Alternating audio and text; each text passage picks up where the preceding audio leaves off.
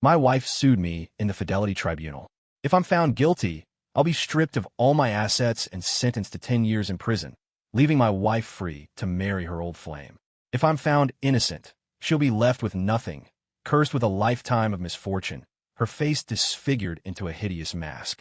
I, on the other hand, will receive a $10 million reward and a lifetime of good luck. Everyone urged me to just admit fault. In their eyes, my wife had always been a virtuous, devoted homemaker. She must have been suffering some unimaginable wrong. But they didn't know I had been reborn. This time, I was going to rip off her hypocritical mask. I stood in the defendant's dock as a bailiff fitted the memory extraction helmet over my head. Once the verdict helmet is activated, any attempt to withdraw is an admission of guilt, and the defendant will be terminated. Ethan Rhodes, are you sure you want to proceed? The judge recited in a mechanical tone. My heart was a stone in my chest. I gave a firm nod. Vanessa glanced at me, a flicker of panic in her eyes. That's right. This whole trial, this accusation of being a scumbag, was brought against me by Vanessa, my wife of 5 years. The reason was simple. She wanted me stripped of my assets and thrown in jail so she could run off with my money and her precious Leo. But they didn't know I had been reborn. In my last life, I held on to our history and refused to wear the helmet. Pressured by public opinion, I confessed. By confessing, the guilty verdict only meant losing my fortune and 10 years of my life. But if the trial had proceeded and I was found innocent, Vanessa would have been the one disfigured and cursed, her very life in danger. At the time, I couldn't understand why she was doing it. I thought she just misunderstood my practical, unspoken ways of showing love. I couldn't bear to see her suffer such a terrible fate, and so my soft-heartedness proved what a complete idiot I was. The news that Vanessa had married Leo Vance right after I was incarcerated reached me, while the prison's top dogs were holding my head and repeatedly smashing it against the iron bars. I never even made it to my release date. I was beaten to death in a prison cell. Then let us begin. The judge commanded. A massive screen lit up above me, its feed broadcast on displays across the country. Wait! Vanessa shot to her feet, drawing everyone's attention. She looked at me, her face a mask of pitiful concern. Ethan, the verdict helmet is incredibly painful. I don't want to see you suffer. If you just admit your guilt, it's only a prison sentence. If the truth comes out, your reputation will be destroyed. How would you ever live a normal life again? As she spoke, the crowd turned to her with looks of deep sympathy. A woman that good, and that monster Ethan doesn't know how to cherish her. He's a scumbag who doesn't appreciate what he has. I'm Vanessa's neighbor. She's always been so kind and down to earth, and she was so good to Ethan. Calling her the perfect, most virtuous wife wouldn't be an exaggeration. Exactly. Even now, she's still trying to protect that scumbag. Your Honor, we support finding him guilty right now. Let him rot in jail. Such a thoughtful wife, such a perfect homemaker. Vanessa seemed to have forgotten that she was the one who dragged me to court, the one who wanted to see my name dragged through the mud. A simple phrase, it's only a prison sentence, was supposed to convince me to die a fool's death, just like last time. If I didn't know about her affair with Leo, her heartfelt performance might have actually moved me. I might have listened to her and pleaded guilty on the spot. I let out a cold laugh. What's the matter? Are you afraid I'm about to shatter that perfect image you've worked so hard to create? Vanessa was speechless, and for a moment, in a place no one else could see, her eyes shot me a look laced with poison. Good. That was the real Vanessa. I had to admit, I was almost impressed she kept the act up for so long. What are you talking about? She cried, tears streaming down her face, instantly playing the part of a woman who had silently endured everything for her family. I married you 5 years ago. I gave up everything to cook your meals and run your house. I let you yell at me. I even turned a blind eye to your cheating, all for the sake of this family. Was I wrong to do that? That was exactly what she did last time. She went straight for the heart, talking about how hard she worked to manage our home, how she even quit her job for me. It was only after I died that I learned the truth. Vanessa had caused a massive scandal at her company and was blacklisted from the entire industry. She had no choice but to hide at home. The audience below resumed their condemnation. In their eyes, I was now an unforgivable monster. I ignored Vanessa and spoke to the judge. Let's begin. The judge's gaze held a new layer of contempt. He gave the order, and the device activated. It felt like a powerful electric current was being injected directly into my brain. My body convulsed in agony, and foam frothed at my lips. No one showed me any sympathy. They applauded. A live chat feed began scrolling across the screen. This is how you treat a scumbag. A little electroshock therapy is just what the doctor ordered. Who even dates guys like this anymore? Abusive, a cheater, and still won't admit it. Let's see him try to walk out of there with his head held high. Just fry him and get it over with, I say. I clench my jaw, fighting to stay conscious. I wouldn't give those two the satisfaction. Memory fragments began to play on the large screen. Honey, you must be tired. I'll warm up some milk for you. Drink it now. I was in my home office, staring at my laptop. When I saw Vanessa enter, I quickly waved my hand, signaling for her to leave. My expression was probably a little harsh. The live chat exploded. What kind of attitude is that? Your wife stays up late to warm you milk, and you act that annoyed? Ungrateful jerk. If I were his wife, I'd have thrown that milk in his face. The audience's anger was already palpable. The judge frowned and delivered his verdict. This act does not constitute scumbag behavior. Ethan Rhodes is innocent. The live chat went nuclear. Are you kidding me? How is that not scumbag behavior? Treating his wife like crap after getting married? Is the judge blind? This has to be rigged, right? That scumbag must have bribed the judge. I'm reporting this. The memory continued to play. Vanessa ignored my gesture and walked toward me, murmuring, I already heated it twice. Milk is good for you. Whatever you're doing, stop and drink this now. On my laptop screen, the senior executives I was meeting with were giving me disapproving looks. I quickly apologized, muted my microphone, and said with a hint of exasperation, Honey, just leave the milk here. I'll drink it in a minute. I'm in a really important video conference right now. It's a multi-million-dollar project. I can't screw this up. Despite my patient explanation, Vanessa threw a fit. Ethan, all you ever care about is money, money, money. Is it wrong for me to care about your health? I do all the housework, I cook all the meals, and now I bring you a glass of milk, and that's too much to ask. With that, she knocked the glass of milk directly onto my laptop. I lunged to save it, but it was too late. The computer short-circuited and smoke began to rise from the keyboard. The project was toast. I looked at Vanessa, furious. Not only was she unrepentant, she stood with her hands on her hips and shouted defiantly, It's just a stupid laptop. Is that any reason to look at me like that? I was blind to have married a man like you. She stormed out, slamming the door behind her. Wait, is it just me, or is this woman's caring attitude completely suffocating? He told her he was in an important meeting, and he was being patient about it. How does that make him a scumbag? To the person above, you'd get it if you were a stay-at-home wife for a few years. There are expenses everywhere, and so much invisible labor. It's enough to make you break down. Is it so hard for a husband to say thank you? Watching the live chat argue back and forth, I smirked. These spectators, who knew nothing, were so quick to claim the moral high ground and condemn others. Down below, Vanessa must have seen that people were defending her because she started to dab at her eyes, playing the victim. I was just worried about my husband. I was afraid the milk would get cold and be bad for his stomach. None of you who haven't been a wife could ever understand my pain. I'm exhausted every day, I don't have a job, and I have to ask my husband for every penny. Living like that, completely dependent on him, I'm always walking on eggshells. I just don't want my husband to leave me.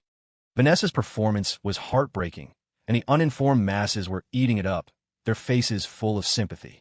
The main screen was split, showing my memory on one side and a live feed of the courtroom on the other. Her sanctimonious act was making me sick to my stomach. This is why women need their own careers. When a husband gives you money, he always acts like it's too much, but only we women know how much it really costs to run a household. Exactly. If your wife is that exhausted, why not just hire a housekeeper? The comments flew across the screen. I curled my lip, watching as Vanessa nervously avoided my gaze. I faced the camera, my expression cold. First of all, my entire monthly salary of $50,000 is deposited directly into her account, along with my year-end bonuses. The only cash I keep is for cigarettes and gas. Second, I did hire a housekeeper. If you don't believe me, I can pull the bank statements and show you. Instantly, the live chat fell silent. The accusations against me vanished. Now, it was Vanessa's turn to panic. She stammered, $50,000 isn't that much. That's gone after one handbag, and the housekeeper was useless. I had to go behind her and clean up her messes. And even if what you say is true, she added, her voice rising, what about the time you hit me? That really happened, didn't it? $50,000 a month could buy my life. What kind of family is this? So what if he's rich? A man who hits his wife deserves to die. The live chat was already setting the narrative as the next round of memory extraction began. The scene appeared on the screen. We were at home.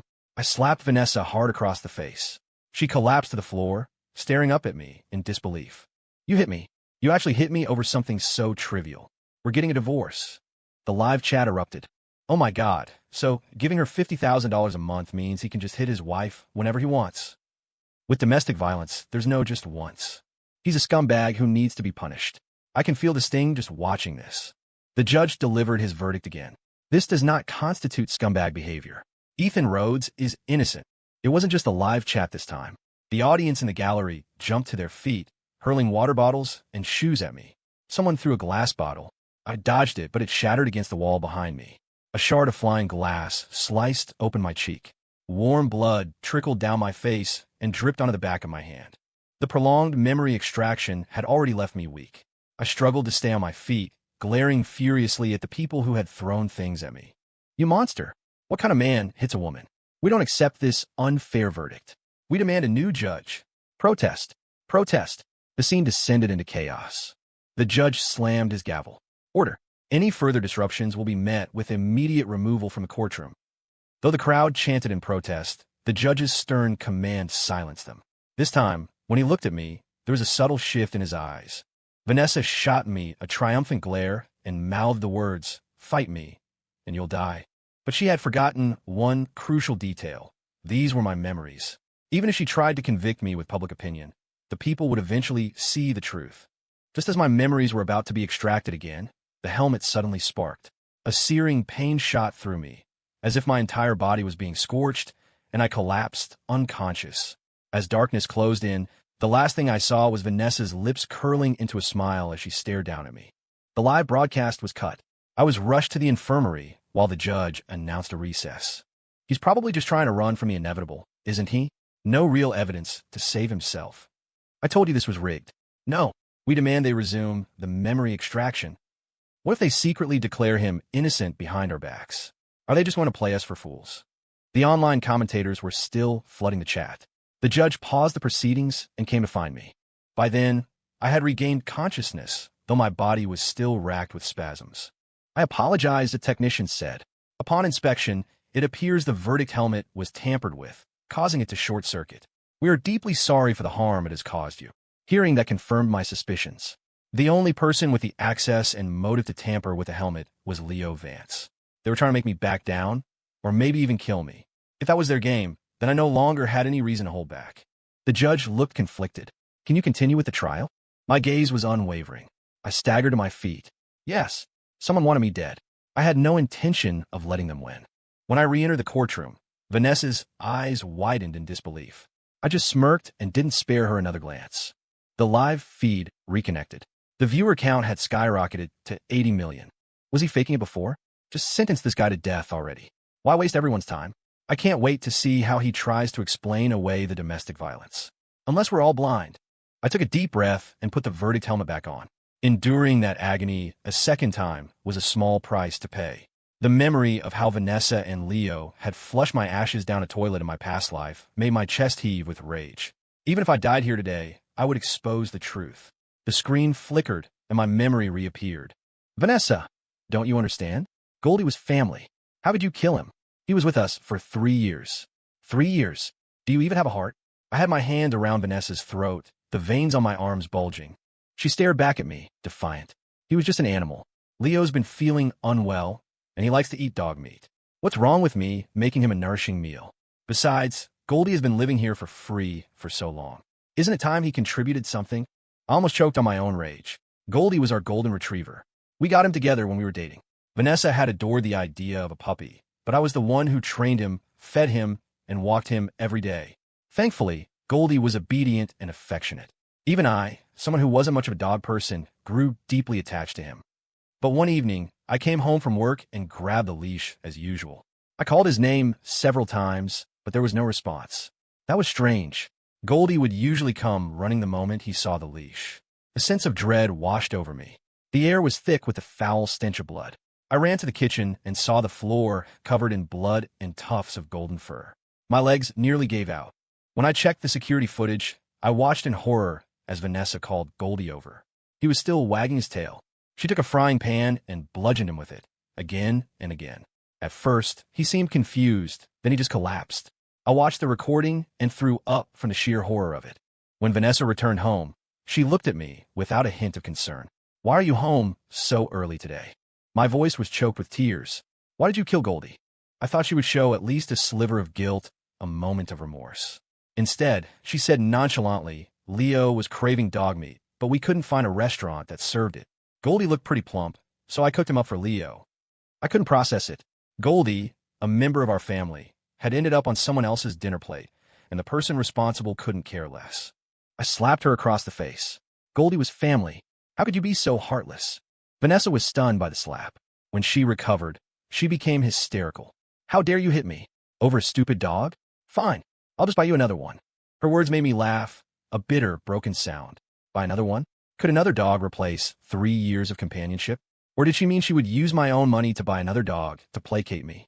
The rage and grief made my head spin. My blood ran cold. Goldie trusted her until the very end. How could she have done it? Oh my God, does this woman have any feelings?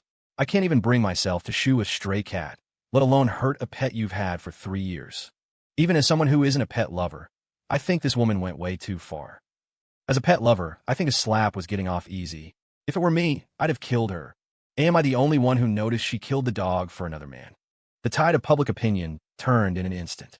Even now, after so much time has passed, thinking about Goldie still hurts. I never dared to get another dog after that. Seeing the situation turn against her, Vanessa quickly tried to regain control. So, a dog is more important than me? Is that why you hit me and then cheated on me? Just like that, Vanessa shifted the pressure right back onto me. Cheating is scumbag behavior, no matter the reason, right? Can I just weakly ask, isn't it understandable that Ethan would be messed up after what happened to his dog?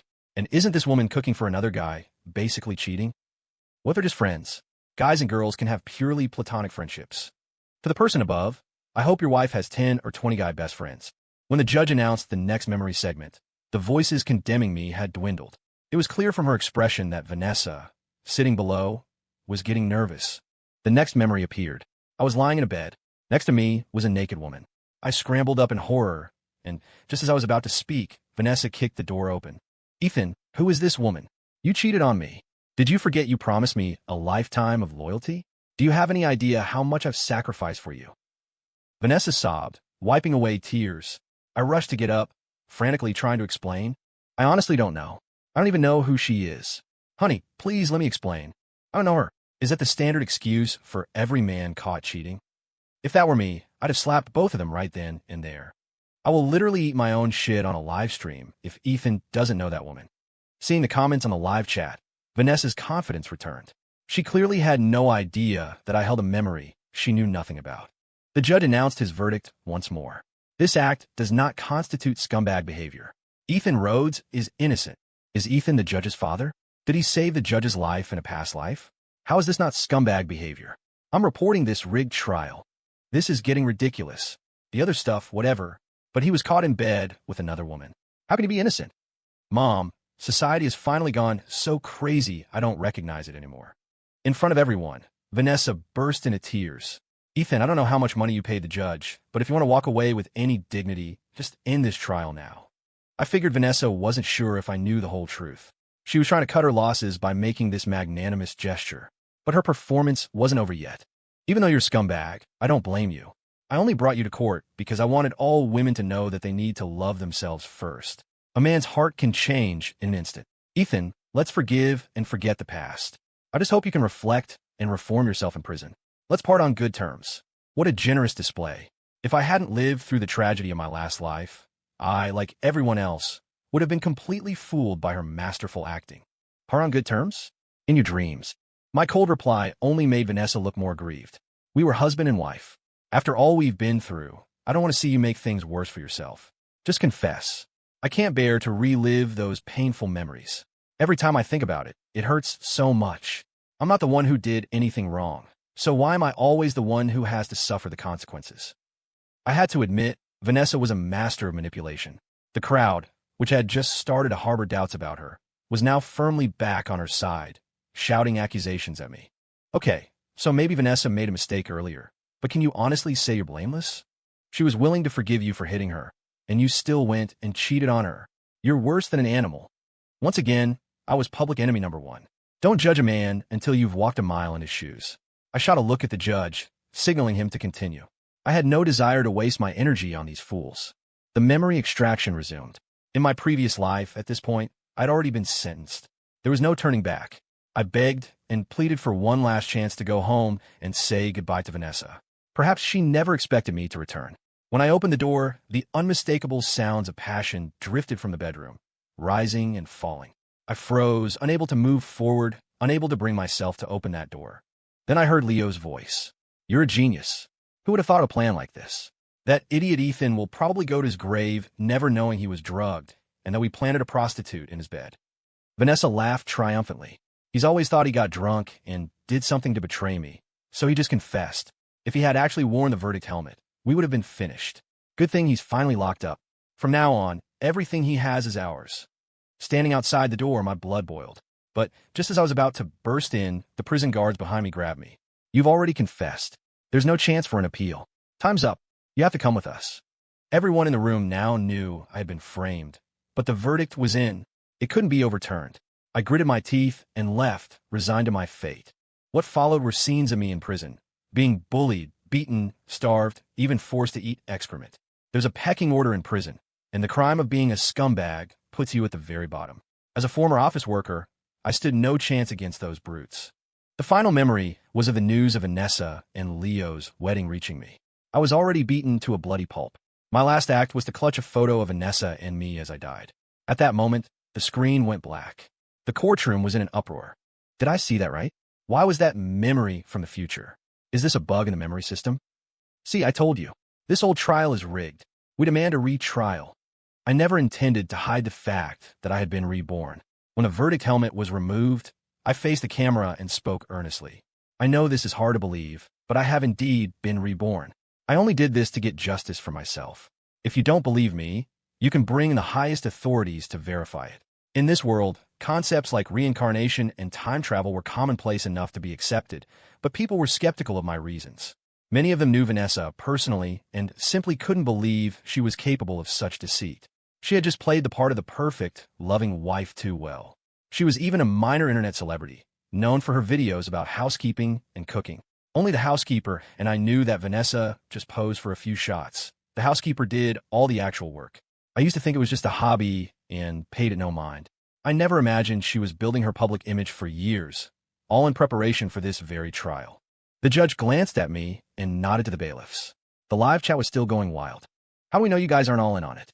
All of Vanessa's videos are about how much she loves her husband. How could she possibly cheat? Whatever the result, we won't believe it. You trolls on Vanessa's payroll are terrible actors. Ethan suffered so much and died a horrible death.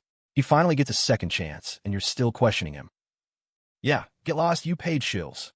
When the experts from the authority arrived, they used their specialized equipment to scan me and then announce their findings. The subject claim of rebirth is authentic. Therefore, the judge declared, his voice ringing through the hall. Based on the evidence presented, the defendant, Ethan Rhodes, is found innocent and is to be released immediately. The plaintiff, Vanessa Morgan, is found guilty. Her assets are to be seized, and she is hereby sentenced to a lifetime of misfortune. With the final crash of the gavel, the case was closed. But my score had yet to be settled. Outside the courthouse, Vanessa grabbed my arm, her face a mess of desperation. "Ethan, I'm begging you, please, go back in there and confess. I don't want to be cursed. I know I wronged you, but I gave you my time and effort too. Some people are just shameless." Vanessa constantly managed to lower my expectations. My time and effort?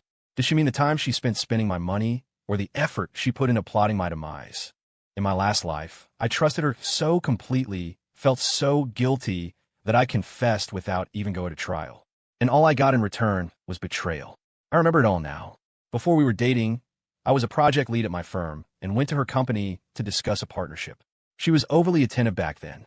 I had a decent reputation in the industry and was well respected. At first, I just thought she was a starstruck admirer and ignored it. Then she started bringing me food, showing up at my office building, asking me to the movies. I had been in relationships before, but my work had become all-consuming.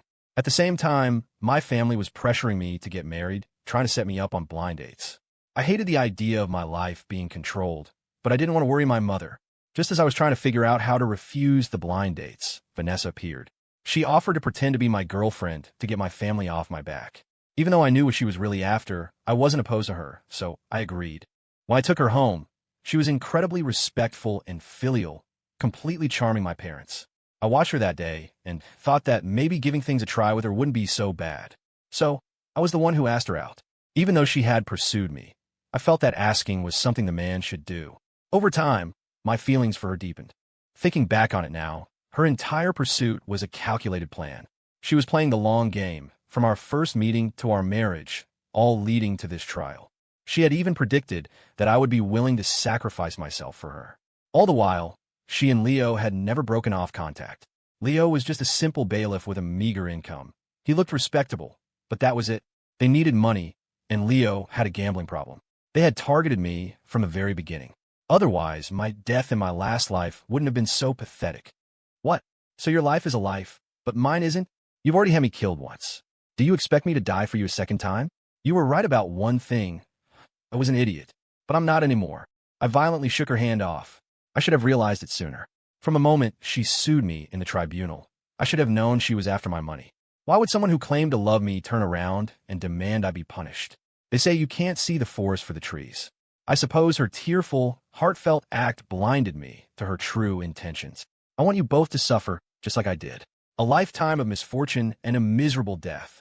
My vicious expression must have frightened her. Her face went pale, and she stumbled back.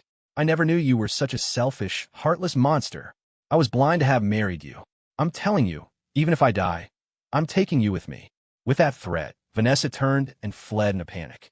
Her fame was greater than ever now, though it was all from haters. But my plan was just getting started. The investigation revealed that it was Leo who had tampered with my verdict helmet. In this day and age, there were severe penalties for such crimes. That, combined with his role in conspiring against me with Vanessa, got him a 1-year prison sentence. I made a special trip to the prison to see him. His eyes were filled with venom. Don't get cocky, Ethan. Just because you got me locked up doesn't mean you're safe. Vanessa is still out there. A piece of trash like you doesn't deserve to live a good life. Their devotion to each other was almost touching. A perfect match, really.